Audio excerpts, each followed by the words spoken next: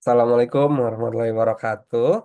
Hai rekan-rekan semua, kembali lagi di mata kuliah produk dan merek. Nah, rekan-rekan pernah nggak sih ketika mau membeli suatu barang, terus habis itu rekan-rekan ngeliat, ih kemasannya bagus banget nih, pasti isinya keren gitu ya. Atau bahkan sebaliknya, mau beli tapi ya kok kemasannya gini, kemasan aja kayaknya murahan gitu ya. Apalagi mungkin isinya juga kurang berkualitas gitu ya. Nah, padahal itu adalah persepsi aja. Fungsi dari kemasan itu udah menjadikan fungsi yang berbeda di era pemasaran modern.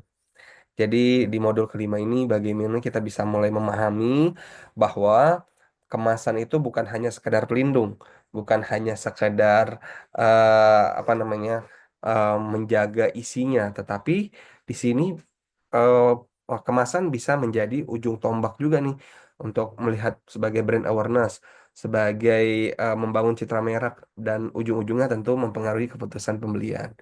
Ya, jadi kalau misalkan kita masuk ke minimarket gitu ya, nah, katakanlah Indomart, Alfamart gitu ya. Nah, di situ sebenarnya produk tersebut saling menjualkan dirinya gitu ya. Mereka saling menjadi promosi, mereka salesman dalam diam gitu ya. Jadi eh, suatu kemasan yang baik itu yang adalah kemasan yang efektif itu adalah yang bisa menunjukkan apa isi produknya, apa manfaatnya, atau bahkan dia bisa memberikan apa keunggulan dari produknya dia.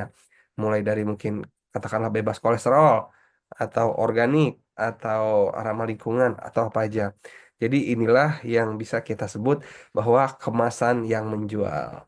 Nah, di modul kelima ini, rekan-rekan akan mulai memahami terkait dengan fungsi kemasan, mulai dari sebagai protektif, promosi, identitas produk, hingga daya tarik visual.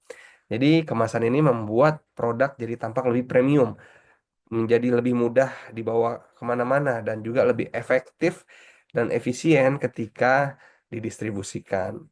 Jadi fungsi lainnya itu adalah self-service.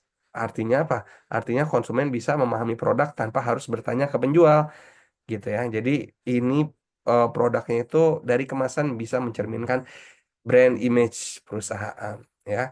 Ya, di sini kita juga akan bahas jenis-jenis kemasan, mulai dari kemasan primer, kemasan sekunder, dan kemasan tersier.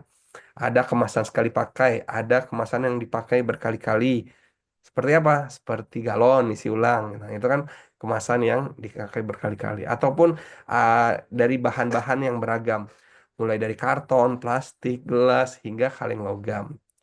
Apa keunggulan dan kelemahannya masing-masing? Nah, itu dibahas di modul ini tergantung jenis dari produknya gitu ya. Dan bagaimana kebutuhan untuk melakukan penyimpanan atau pendistribusian pengangkutannya.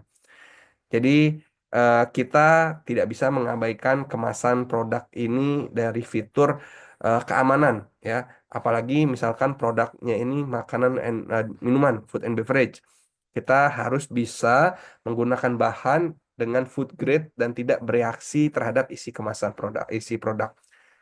Kalau salah kita melakukan pilihan kemasan, maka zat-zat berbahaya itu bisa migrasi dari kemasan ke makanan. Nah, itu fatal.